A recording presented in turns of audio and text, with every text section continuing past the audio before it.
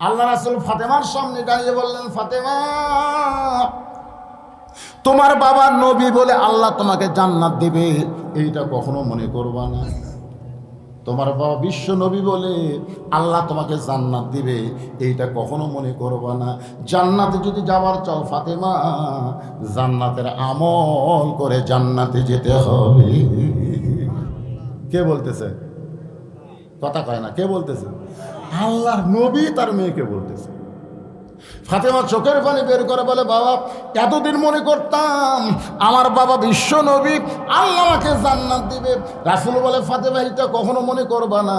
জান্নাতে যেতে গেলে তোমাকে আমল করা লাগবে। ফাতেমা বলে, বাবা, কি আমল করব যে আমল করার কারণে আল্লাহ আমাকে জান্নাত দিবে? রাসূল বললেন, মাত্র 4টি আমল করবে মা। 4টা আমল করলে আল্লাহ তোমার জন্য 8টা জান্নাতের দরজা খুলে দিবে। এ মায়েরা, যারা পর্দার অন্তর আছেন, একটু মনোযোগ দিয়ে শোনেন। 1 নম্বর আমল হলো 5 ওয়াক্ত নামাজ। মেয়েরা হয়তো মসজিদে 5 ওয়াক্ত নামাজ পড়তে পারবে না। যখন মসজিদে নামাজের আযান দেয়, ওই আযান দেওয়ার পর ওই ওয়াক্তের মধ্যেই যদি নামাজ পড়ে, রাসূল বলেছেন পুরুষেরা মসজিদে নামাজ পড়ে যে সওয়াব পাবে, মেয়েরা বাড়িতে নামাজ পড়লে একই সমান সওয়াব আল্লাহ দিয়ে দিবে। তবে ওয়াক্তের মধ্যে পড়তে হয়। মেয়েরা দেখবেন রোজা থাকার দিক দিয়ে পটু, কিন্তু নামাজের দিক দিয়ে একটু অলস। এবারে কথা কন না ঘর, আপনার ভাই বৌমা নাই, বুঝতে পারছেন না? না হলেও 100 মেয়ে আমার মোবাইল করতে, হুজুর সাওয়ালের রোজা যে 6টা রোজা, এটা কি এই মাসেই করা লাগবে না অন্য মাসে করে চলবে? তা আমি বলছি, মা, এই মাসে একটা মরদ আমাকে আজ পর্যন্ত মোবাইল করেন। হুজুর এই যে 6টা রোজা, দেখবেন মরদেরা কিন্তু এই 6 রোজাত নাই, কিন্তু মেয়েরা শতকরা 100 জনে এই 6 রোজা করতেছে।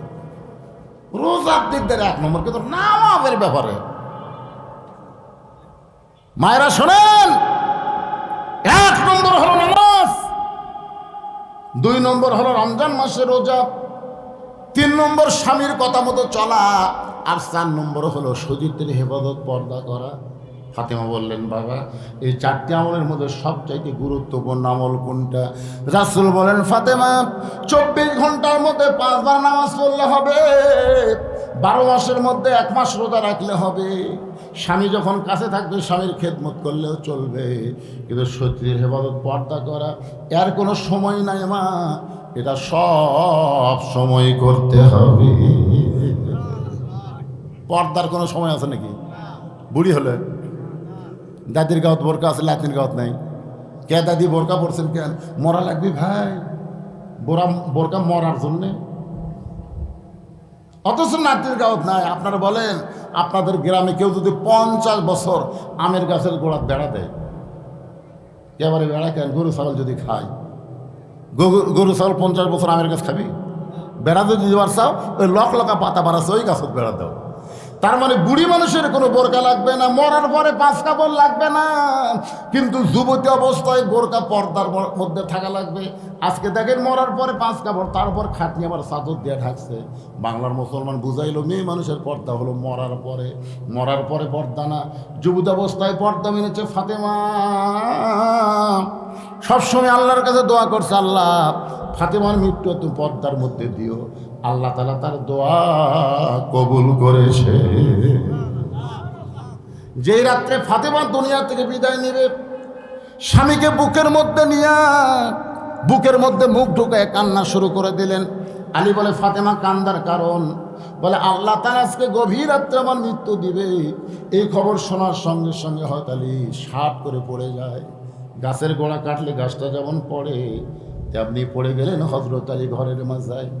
মা ফাতেমা মুচকি মুচকি হেসে স্বামীর মাথাটা উরাতের উপরে নিয়ে কপালে একটা চুম্বন দিয়ে বলে, স্বামী গো, এমন করে আপনি কাঁদবেন না, এই দুনিয়াতে আসলে যাওয়া লাগবে। ধরে কোন কথা ঠিক কি না?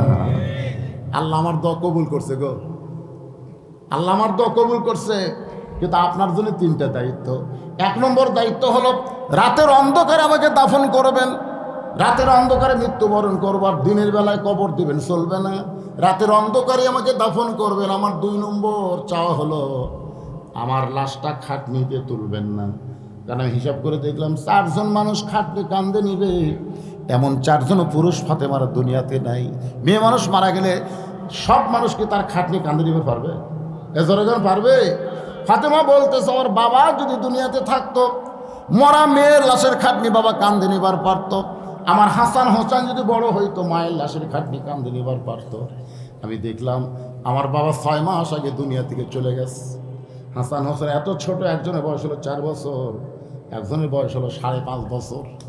ছোট 2 বাচ্চা মায়ের খাটনি কান্দে নিবার পারবে না। আপনি শুধু আমাকে কান্দে করে নিয়ে ওই জান্নাতুল বাকির পূর্ব দিকে সবুজ রঙের একটা বাতি জ্বলতেছে, ওই বাতি পর আমাকে দাফন করবেন। আমার কোনো জানাজার ব্যবস্থা লাগবে না। সুবহানাল্লাহ, জোরে কর না। বিশ্ববিখ্যাত আলেম হতালি চম করে বলতে যে ফাতেমা এইটা কেমন কথা, তোমার জানাজা লাগবে না, তুমি কি দোয়া চাও না? ফাতেমা বলতেছেন কি দোয়া? লক্ষ লক্ষ মানুষ যদি বলে ফাতেমা ভালো, আর আপনি যদি বলেন ভালো না, ওই দোয়াতে ফাতেমার 1 তিল পরিমাণ লাভ হবে না। আর দুনিয়ার তামাম মানুষ যদি বলে ফাতেমা খারাপ, আর আপনি যদি বলেন ফাতেমা ভালো, এই স্বামীর একটা দোয়াতে ফাতেমার 8টা জান্নাতের দরজা খুলে গেল।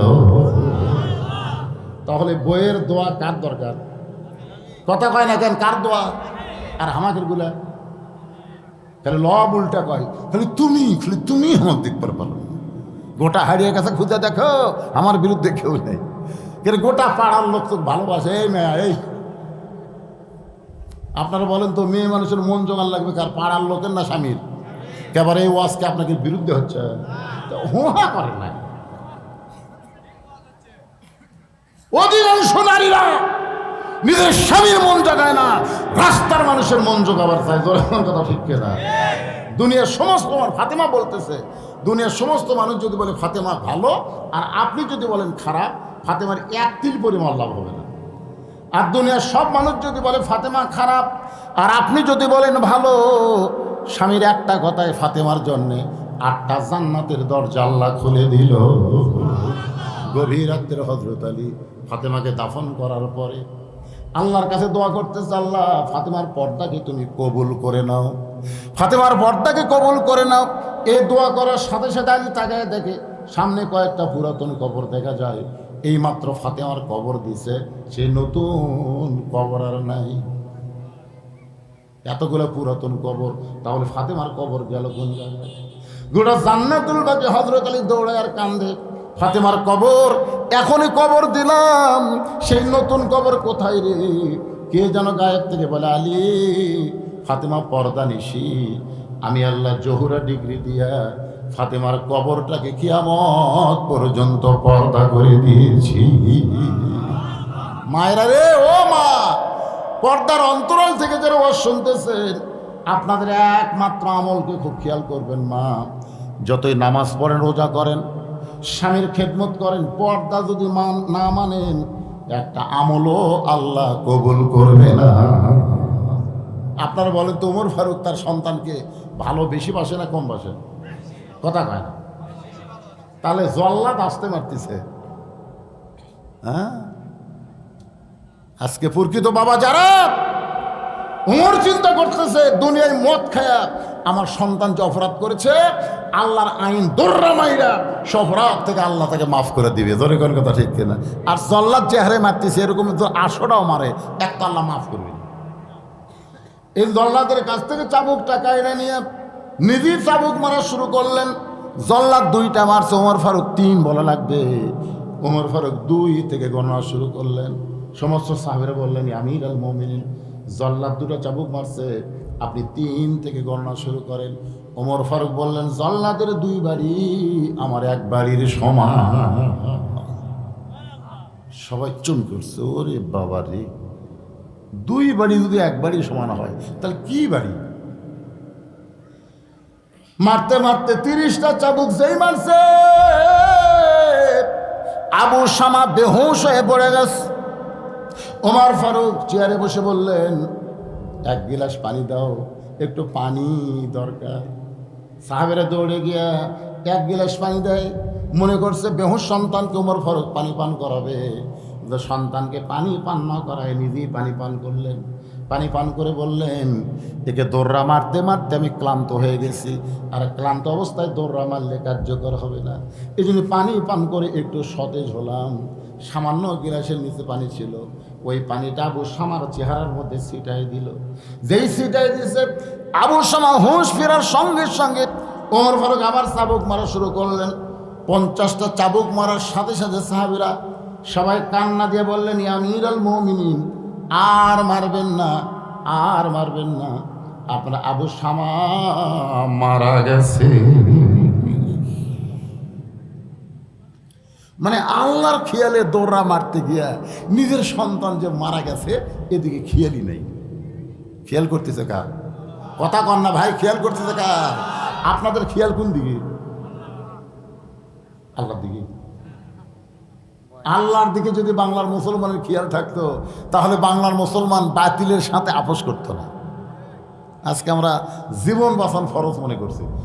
জীবন বাঁচান ফরজ হুজুর, জীবন বাঁচান ফরজ। সত্যি করে বলেন তো, জীবন বাঁচানো ফরজ না ঈমান বাঁচানো ফরজ?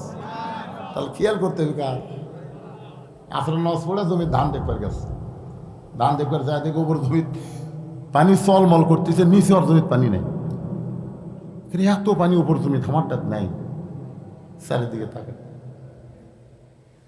কেউ নাই, আস্তে করে বসে হাত দেয়াল কাটছে, কেটে ওই পানি দিয়ে হাত ধরছে, ধুই আবার উঠে চারিদিকে তাকায় বলতেছে আলহামদুলিল্লাহ, কেউ দেখেনি।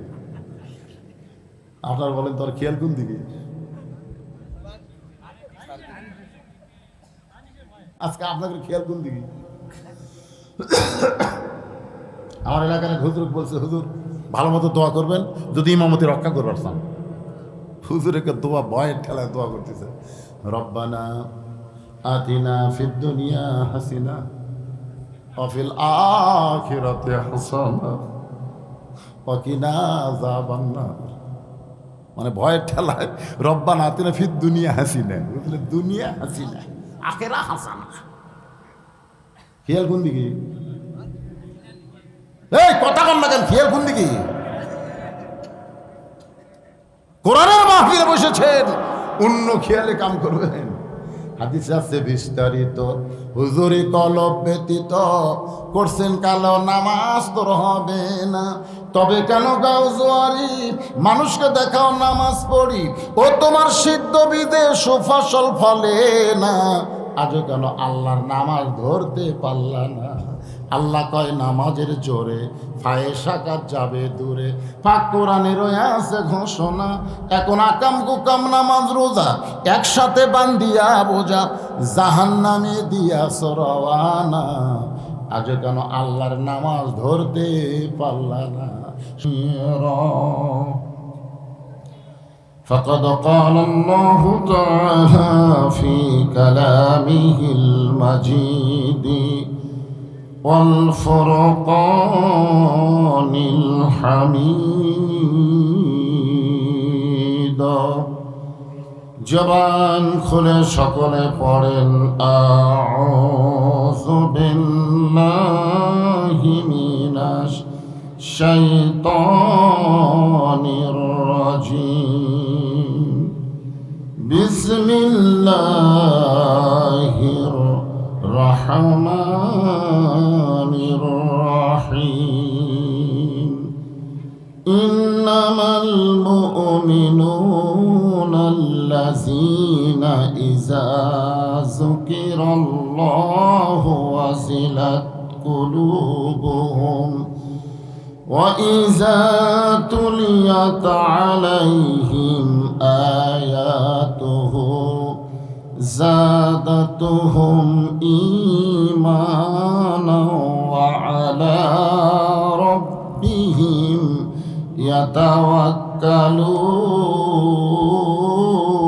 يَتَوَكَّلُونَ إِنَّ اللَّهَ وملائكته يصلون على النبي يا أيها الذين آمنوا صلوا عليه وسلموا تسليما اللهم صل على محمد وعلى آل محمد كما صليت على إبراهيم وعلى آل إبراهيم إنك حميد مجيد اللهم بارك على محمد وعلى آل محمد كما باركت على إبراهيم وعلى آل إبراهيم إنك حميد مجيد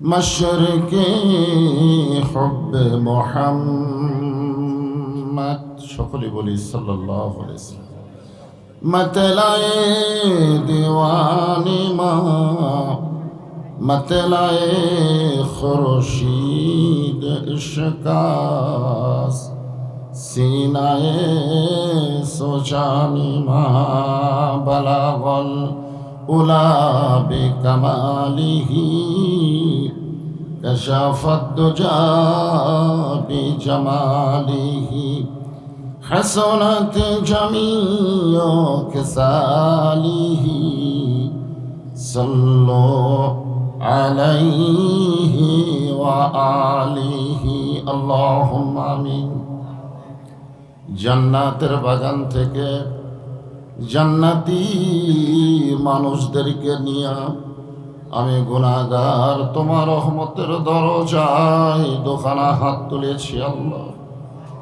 হাসরের ময়দানে জব্বার আর কাহার নামে রূপ নিয়া তুমি যখন বিচার শুরু করবে তোমার সামনে দাঁড়ায়া সমস্ত নবীরা নাফসি নাফসি বলে কাঁদতে থাকবে এমন কঠিন অবস্থা হাসরে হবে সেদিন সমস্ত নবী তার উম্মতকে ভুলে যাবে শুধু বলবে আল্লাহ আমার কি হবে আমার কি হবে একমাত্র দরদি নবী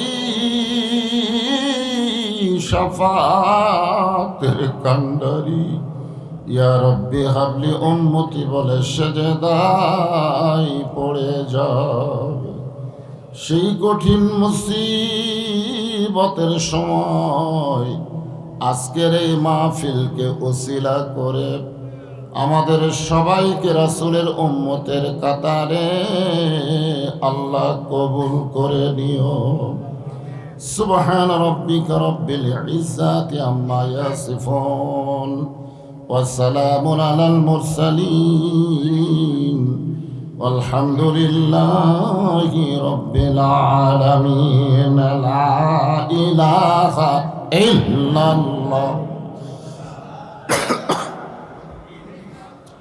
যারা দাঁড়িয়ে আছেন সকলে মহব্বতে বসে লা ইলাহা ইল্লাল্লাহ লা ইলাহা চাঁদ সূরজ আর গ্রহ তারা আল্লাহ নামের পাগল পারা চাঁদ সূরজ আর গ্রহ তারা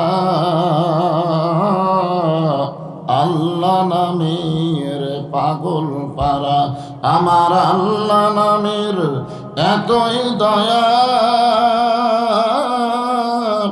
আল্লাহ নামের এতই মায়া লুকিয়ে রাখছেন হে আল্লাহ জোরে লা ইলাহা ইল্লাল্লাহ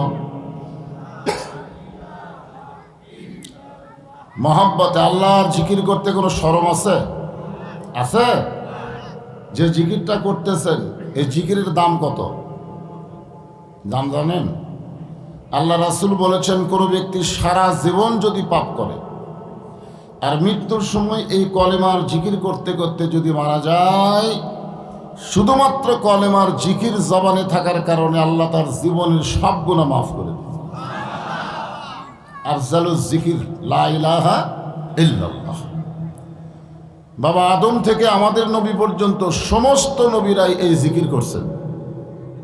এই জিকির করতে আমাদের কোনো আপত্তি শরম জবান খোলে লা ইলাহা ইল্লাল্লাহ। পাহাড় পর্বত নদ নদী এ নামে গাহে নিরবধি। পাহাড় পর্বত নদ নদী এ নামে গাহে নিরবধি। আমার আল্লাহ নামের এতই মধু, আল্লাহ নামের এতই জাদু, লুকিয়ে রাখছেন হে আল্লাহ। লা ইলাহা ইল্লাল্লাহ, লা ইলাহা ইল্লাল্লাহ, ইল্লাল্লাহ, ইল্লাল্লাহ, ইল্লাল্লাহ, লা ইলাহা ইল্লাল্লাহ, লা ইলাহা, লা ইলাহা ইল্লাল্লাহ মুহাম্মাদুর রাসূলুল্লাহ।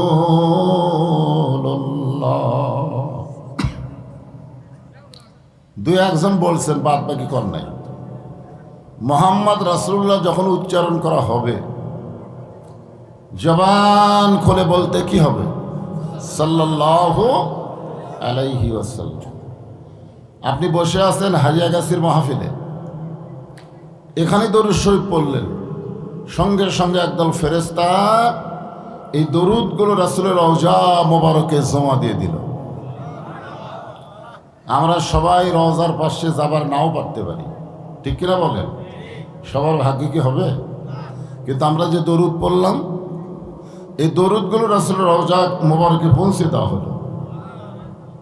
হাসরের ময়দানে আল্লাহ যখন আমাদের বিচার করার পরে নেকি আর পাপ ওজন করবে, দেখা যাবে নেকির চাইতে পাপ অনেক বেশি। নেকির চাইতে পাপ যদি বেশি হয় তাহলে ঠিকানা কি হবে? জোরে বলেন। মনে করেন আমরা সবাই জাহান্নামী, মন খারাপ হলো? যদি বলতাম মনে করেন আমরা সবাই জান্নাতি, তাহলে মন ভালো। জাহান্নামের কথা শুনলে যদি মন খারাপ হয়, বুঝতে হবে তার ঈমান আছে। আর জাহান্নামের কথা শুনলে যার মনে কিছুই হয় না, কিসের জান্নাত জাহান্নাম, বুঝবেন সে ব্যক্তি পুরোপুরি বেঈমান। আমরা কি জান্নাত দেখছি নাকি? আমরা কি জাহান্নাম দেখছি? বর্তমানে আমাদের যে চাল চরিত্র, আমাদের নেকির চাইতে পাপই বেশি হবে। বর্তমানে যে পরিবেশ বাংলাদেশে চলতেছে, এখানে নেকি করতেছে কিন্তু রাখা যাচ্ছে না। রাখা যাচ্ছে? সবসময় শুধু পাপ আর পাপ। পাপ যখন বেশি হবে তখন আল্লাহ তাআলা জাহান্নামের রায় দিবেন। জাহান্নামের ফেরেশতা আমাদেরকে ধাক্কায় ধাক্কায় যখন জাহান্নামের দিকে নিয়ে যাবে, এমন সময় আমাদের নবী আমাদের উকিল হবে। এখানে একজন উকিল বসে আছে, আছেন আমার মুক্তার, আছেন আমার বারিস্টার, সেই বিচারের হাইকোর্টেতে তিনি আমায় করবেন পার। আমি পাপী রাসূল জাবিনদার। আপনারা আয়াতুল কুরসি পারেন? আয়াতুল কুরসি পারেন না? জীবনের প্রথম শুনলেন নাকি? আয়াতুল কুরসির মধ্যে বলা হয়েছে, মানজাল্লাযী ইয়াশফাহ ইনদাহু ইল্লা বিইজনিহি। আল্লাহর সামনে সেদিন সুপারিশ করার কেউ থাকবে না, শুধু একজনকে আল্লাহ পাওয়ার দিবেন, ভাগ্যগুণী, তিনি হলেন আমাদের নবী। কত বড় সৌভাগ্য আমাদের! আল্লাহর নবী গুনাহগার উম্মতের সামনে দাঁড়ায়া যাবেন। যাকে জাহান্নামে ধাক্কায় ধাক্কায় জাহান্নামে নিয়ে যাচ্ছে, নবী তার সামনে দাঁড়াবেন।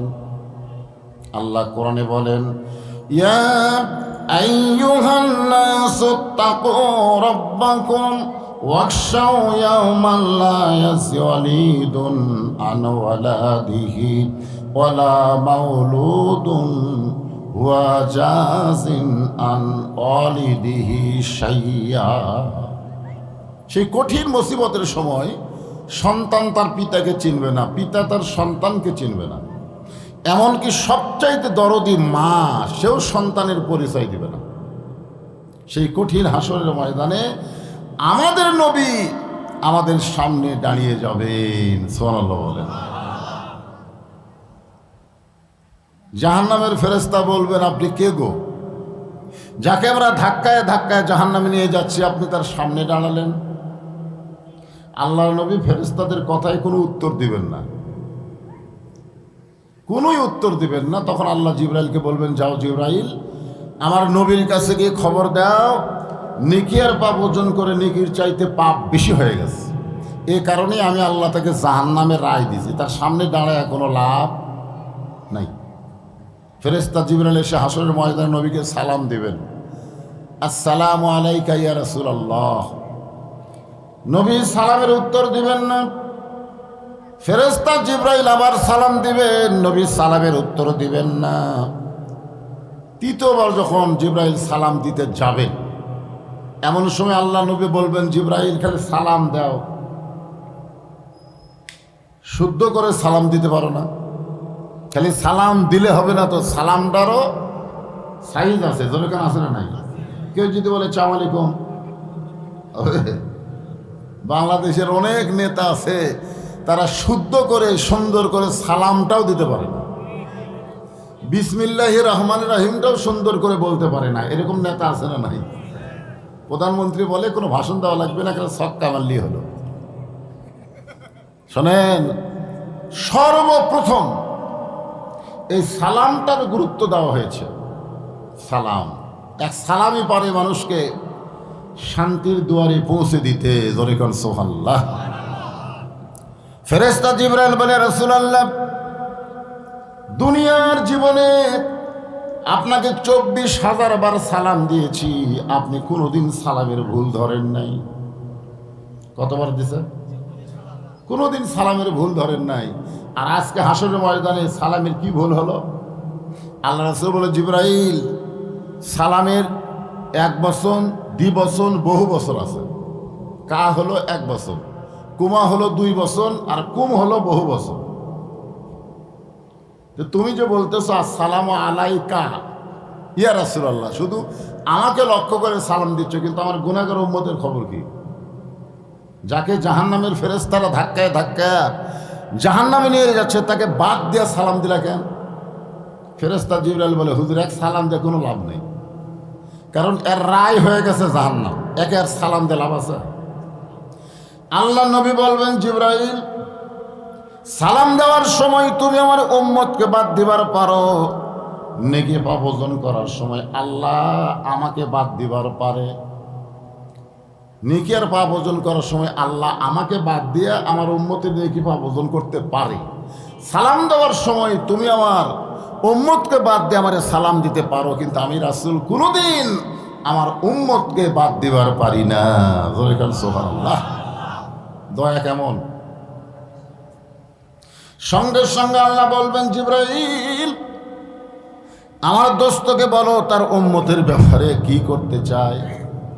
ফেরেশতা জিবরাইল বলে, হুজুর, আপনি কি করবেন? আল্লাহ রাসূল বললেন, আমার উম্মতের ব্যাপারে আমি আল্লাহর কাছে আবার আপিল করলাম। আপিল বোঝেন? আপিল বোঝেন আপনারা? জজ কোর্টের বিচার হয়েছে, হাইকোর্টে আপিল করছে, হাইকোর্টের বিচার পক্ষে পড়েনি, তখন সুপ্রিম কোর্টে আপিল করছে। তো আল্লাহ বিচার করছেন নেকির চাইতে পাপ বেশি, সেই জায়গায় নবী আবার আপিল করলে আল্লাহ খুশি হয়ে বলবেন, আপনার উম্মতের ব্যাপারে আপনার আপিলকে আমি গ্রহণ করলাম। ধরে কথা সুবহানাল্লাহ। সঙ্গে সঙ্গে নবী আমাদেরকে ধরে আবার মিজানের কাছে নিয়ে যাবেন। নেকি আর পাপ ওজন করার পরে দেখা যাবে নেকির চাইতে পাপ বেশি। আল্লাহ বলবেন, হাবিব, আপিল করে লাভটা কি হলো? নেকির চাইতে পাপ যে বেশি হয়ে গেল। আল্লাহ নবী সঙ্গে সঙ্গে জামার আস্তিনের মধ্যে হাতটা ঢুকাইয়া দিয়ে কি যেন বের করে নেকির পাল্লায় দিবেন, সঙ্গে সঙ্গে নেকির পাল্লার ওজন বেশি হবে। আল্লাহ বলবেন, হাবিব আপনি কি দিলেন যার কারণে নেকির পাল্লার ওজন বেড়ে গেল? রাসূল বলবেন, আল্লাহ ওই হারিয়ে গাছের মাহফিল থেকে আমি নবীর প্রতি মহব্বতের দরুদ শরীফ পাঠ করেছিল, সেই দরুদের নেকি রওজা মোবারকে আমার কাছে জমা ছিল, এই দরুদের নেকিগুলো নেকির পাল্লায় দিয়ে দিলাম। আপনারা কি মনে করছেন এই দরুদের দাম নেই? যে এটা আপনার কান্দের ফেরেশতা লিখতে পারবে না। কান্দের ফেরেশতা, দুই কান্দের দুটো ফেরেশতা আছে না নাই? এই যে জিকির করলেন, জিকিরের নেকি লিখবে। নামাজ আদায় করেন, নামাজের নেকি লিখবে। দান সদকা করেন, তার নেকি লিখবে। কিন্তু দরুদ শরীফ এইটা আপনি পাঠ করলে কান্দের ফেরেশতার কোনো ক্ষমতাই নেই। এটা বহন করে একদল ফেরেশতা নবী রওজা মোবারকে পৌঁছে দিবে। এখন আপনারা বলেন সেই দরুদের দাম আছে না নাই? তাহলে নবীর নাম শোনার পরে মুখ বন্ধ করে থাকলেন কেন?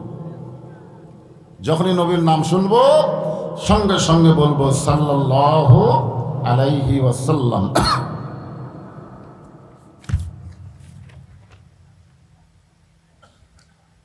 হারিয়াগাছি উত্তরপাড়া জামি মসজিদের সংলগ্ন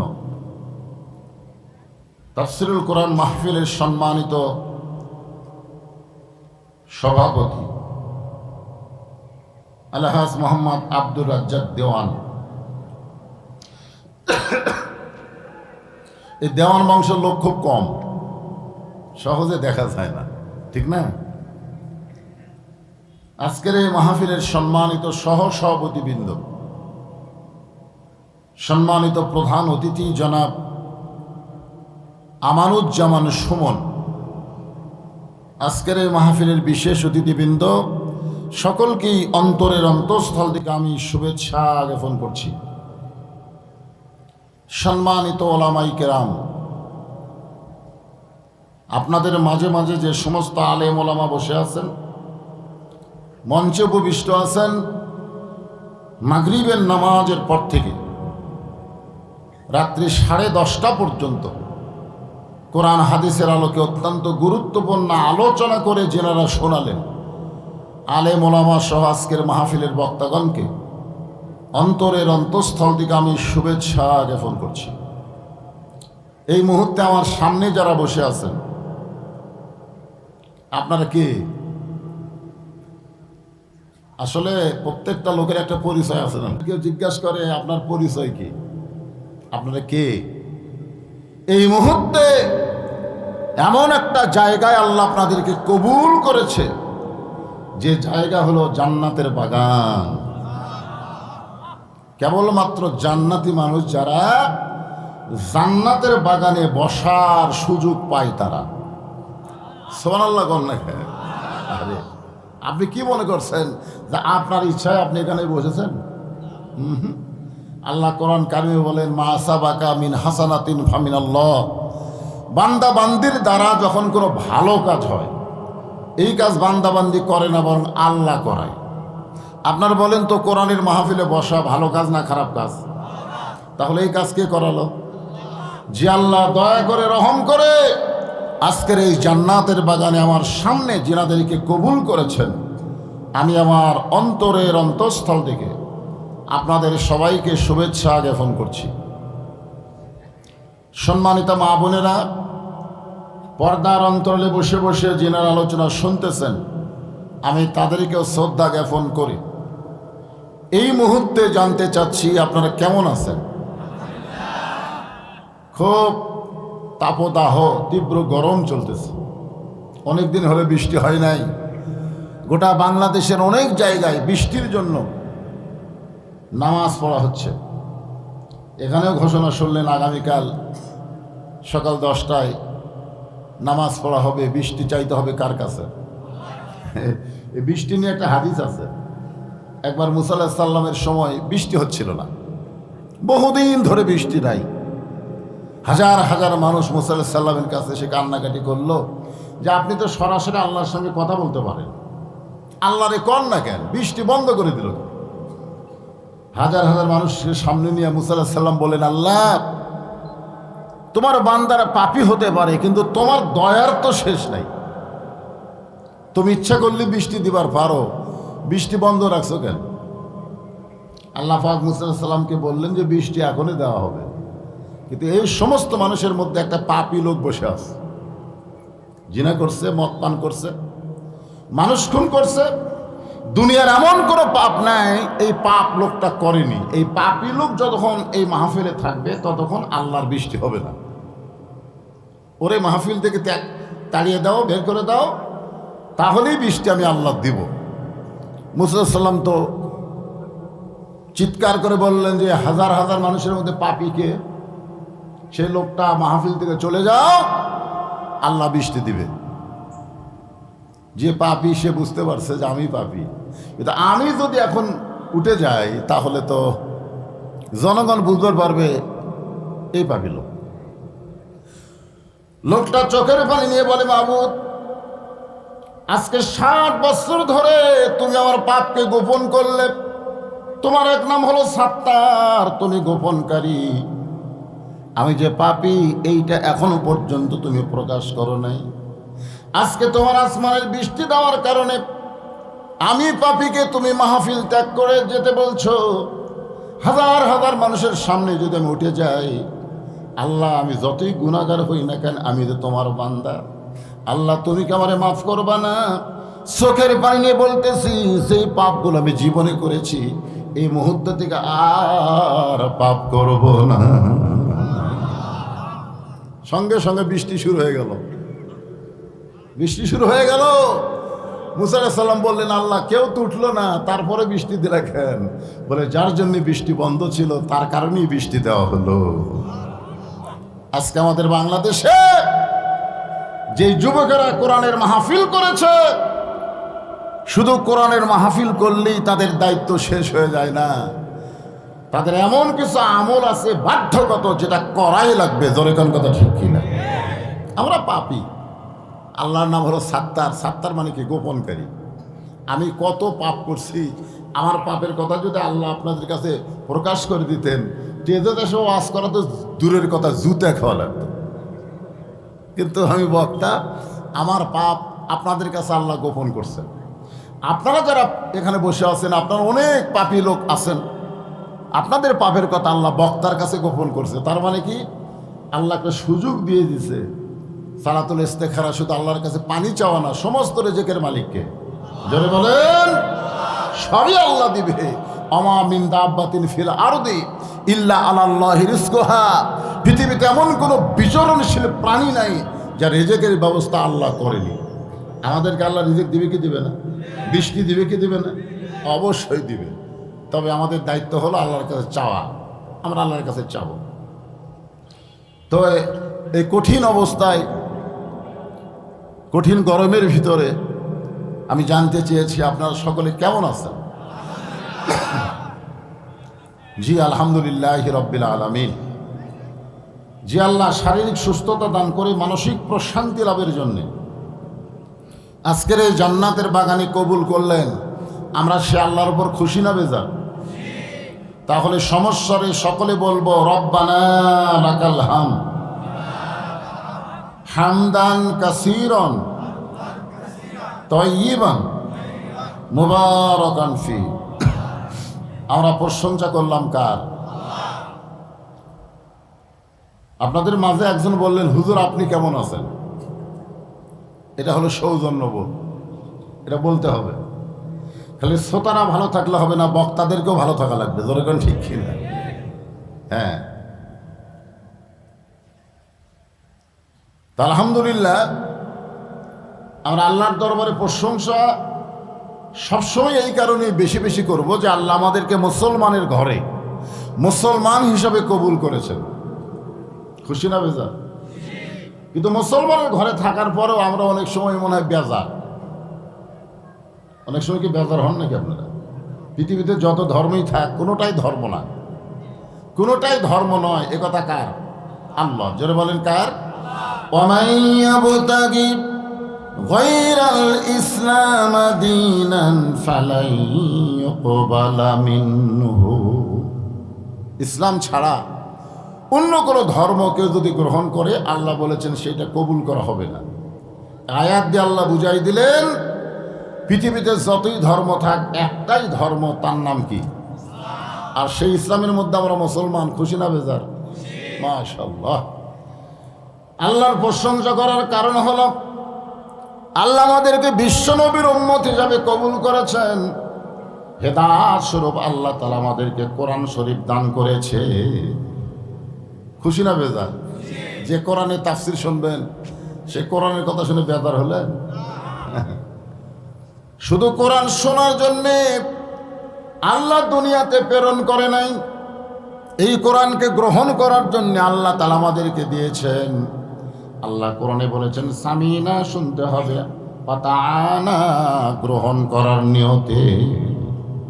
আপনারা যে বসে থেকে কোরআন শুনতেছেন, আপনার তো একটা পরিবেশ পাচ্ছেন, প্রকাশ্যে আলোর মধ্যে বক্তা কোরআনের আলোচনা করে, আপনারা বসে বসে শোনেন। কিন্তু পরিবেশ ছিল না, নবী ঘরের মধ্যে কোরআন পড়ে আর আবু জাহেল চোরের মতন বাহিরে অন্ধকারে দাঁড়িয়ে থাকা শোনে। পরিবেশ ভালো? আপনারা বলেন পরিবেশ ভালো? নবী ঘরের মধ্যে কোরআন পড়ে আর ওই চোরের মতন বাহির থেকে অন্ধকারে চুপি চুপি শোনে। সারা রাত চলে গেছে, আবু জাহেল বুঝবারই পারেনি। নবী যখন কোরআন তেলাওয়াত বন্ধ করছে তখন চুপ করছে। সকালে গিয়ে মিটিংয়ের মধ্যে বলতেছে এত সুন্দর কোরআনের বাণী রাতটা কোন দিক দিয়ে গেল আমি বুঝবারই পারিনি। দেখছেন দেখছেন, সুবহানাল্লাহ বলেন না কেন? আবু জেহেলের মতো লোক কোরআনের পক্ষে কথা বলতেছে যে এত সুন্দর কোরআনের বাণী রাতটা কোন দিক দিয়ে গেল আমি বুঝবারই পারিনি। তা আবু সুফিয়ান বলতেছে নেতা, যেই কোরআন শুনতে আপনার এত ভালো লাগে রাতটা কোন দিক দিয়ে যায় বোঝা যায় না, সেই কোরআন গ্রহণ করলে অসুবিধা কি? আপনারা যারা কোরআন শরীফ শুনতেছেন খালি শুনেই যাবেন না এটা ধরবেন? এটা লাগবে না, থাক নিজেরা খালি শোনা যাবেন না ধরবেন?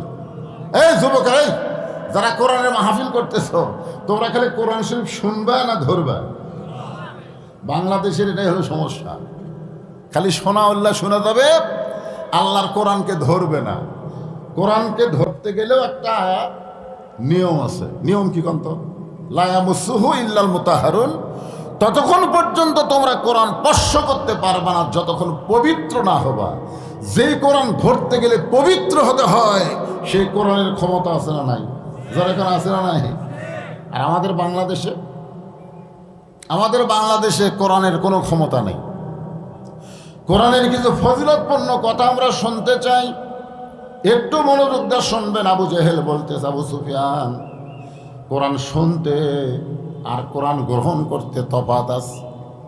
এই কোরআনকে যদি আমি গ্রহণ করি তাহলে আমার মতন মানুষের ভুয়া নেতাগিরি চলবে না, আসল নেতা হয়ে আজাবে আব্দুল্লাহর এতিম ভোলা। সুবহানাল্লাহ বলেন না? আবু জেহেল নিজেই বলতেছে এই কোরআন যদি আমি গ্রহণ করি তাহলে আমার মতন ভুয়া নেতাগিরি চলবে না। তাহলে কোরআন মানুষকে কি নেতা বানায়? ভালো নেতা না ভুয়া নেতা? আজকে আমার বক্তার ওয়াজ দিয়া বাংলাদেশের একটা যুবকও নামাজি হবে না। নামাজি করতে গেলে বর্তমান সরকার কোরআনের আইন চালু করা লাগবে। তোর এখন কথা ঠিক কিনা? আমি ওয়াজ করে গেলাম, নামাজ পড়ো বাবা, নামাজ পড়ো বাবা, নামাজ পড়ো হরে। কি হলো? সবাই শুনলো নামাজ পড়া লাগবে, কিন্তু যিনি বর্তমান ক্ষমতায় আছে তার উপর আল্লাহ কি দায়িত্ব দিছে? আল্লাযীনা ইম্মাক্কান্নাহুম ফিল আরদ। যখন কোনো মুসলমানকে ক্ষমতার চেয়ার দেওয়া হয় তার 1 নম্বর দায়িত্ব হলো পদ্মা সেতু নির্মাণ করা। 1 নম্বর দায়িত্ব হলো 2 লাইন রাস্তা 4 লাইন করা। 1 নম্বর দায়িত্ব হলো রাস্তার উপর রাস্তা করা। 1 নম্বর দায়িত্ব হলো আকামুস সালাত, নামাজ কায়েম করা। বাংলাদেশের মুসলমানদেরকে ভালো করতে গেলে 1 নম্বর যে ইবাদত তার নাম হলো নামাজ। যেরকম তার নাম কি? নামাজ যখন যুবকেরা ধরবে হয়তো বলবেন হুজুর বুড়া মানুষের নামাজের কথা না বলে যুবকের কথা কেন বলতেছ?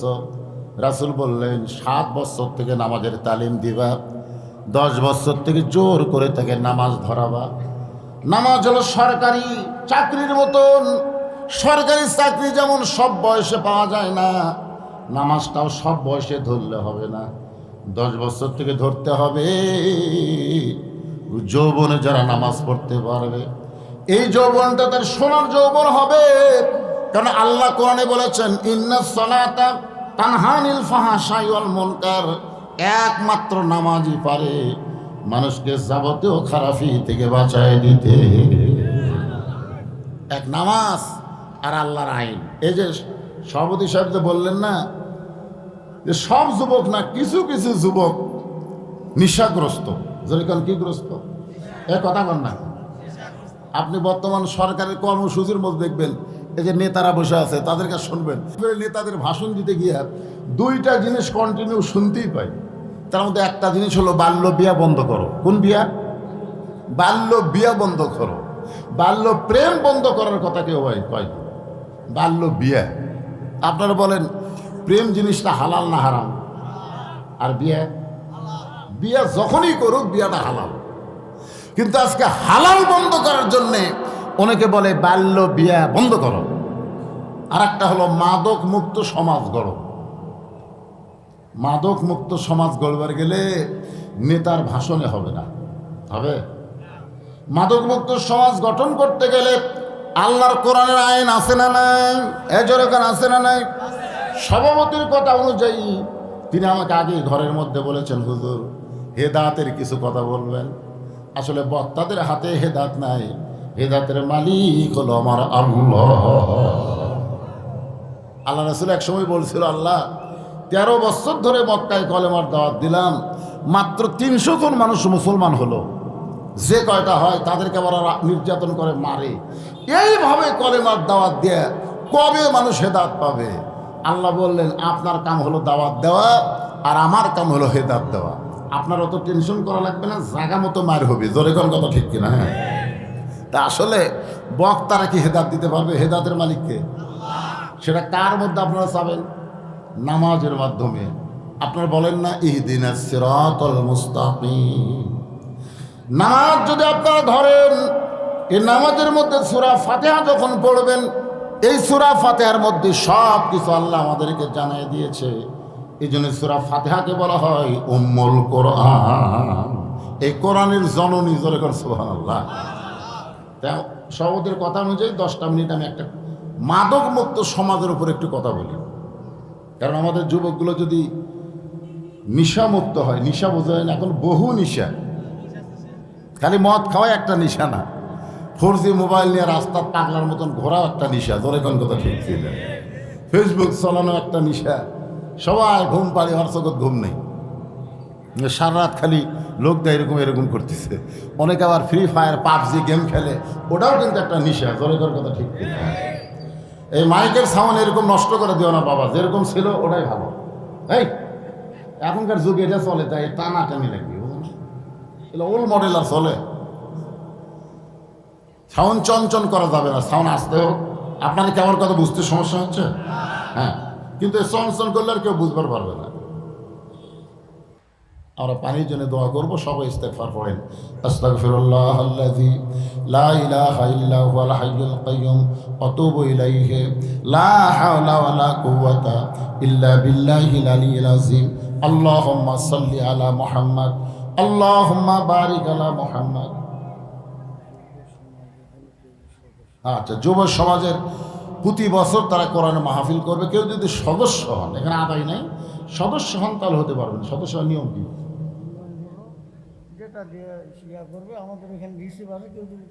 আচ্ছা আচ্ছা, ওখানে রিসিভ আছে।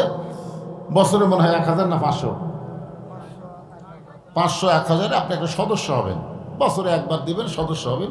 আর এই কোরআনের মাহফিলের সদস্যদেরকে আল্লাহ তাআলা জান্নাতি সদস্য হিসেবে কবুল করুন। যেরকম আমি সাইটে স্লিপ আছে। হ্যাঁ, গরিব দুঃখীদের, অসহায় মানুষদের মধ্যে ওনারা বন্টন করেন। হ্যাঁ, গরিব দুঃখী যারা, অনেক বিধবা, আবার অনেক মেয়ে বড় হয়ে যাচ্ছে, বিয়ে দেওয়া যাচ্ছে না, অসহায় মানুষদের সহায় দেওয়ার জন্য এর একটা,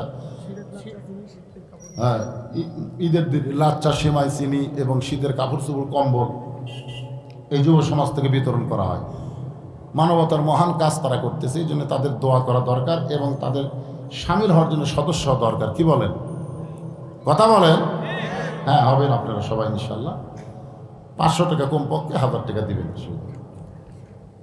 আচ্ছা, এখানে সভাপতি সাহেবের নাতনি খুবই অসুস্থ, 5 বছর একটা ছোট্ট নাতনি। আল্লাহ এমন একটা মরণ বিধি তাকে দিয়েছে, রক্তের ক্যান্সার, তার ব্লাড ক্যান্সার। দোয়া দিয়ে আল্লাহ অনেক কিছুই, আমরা তার জন্য প্রাণ খুলে আজকে দোয়া করবো। আল্লাহুম্মা আমিন। আল্লাহুম্মা আনতাস সালাম ওয়া মিনকাস সালাম তাবারাকতা ইয়া যাল জালালি ওয়াল ইকরাম। আল্লাহ তোমার যুব সমাজ আজকের এই জান্নাতের বাগান লাগাইছে। তোমার হাজারো বান্দা বান্দিরা আরামের বাড়ি, ঘুমকে, ফ্যানের বাতাসকে বাদ দিয়া কঠিন গরমের ভিতরে জান্নাতের বাগানে বসে বসে আলোচনা শুনেছি। মেহেরবানি করে আজকের মাহফিল আমাদের সকলের হিদায়াতের জন্য, নাজাতের জন্য, জান্নাতের জন্য আল্লাহ কবুল করো। এই মাহফিলের শুরু থেকে শেষ পর্যন্ত যত আলোচনা হয়েছে আল্লাহ, এর মধ্যে যদি ত্রুটি হয়, ভুল হয়, মাফ করে দিও। এর জাহাদিয়া মঞ্জুর করো।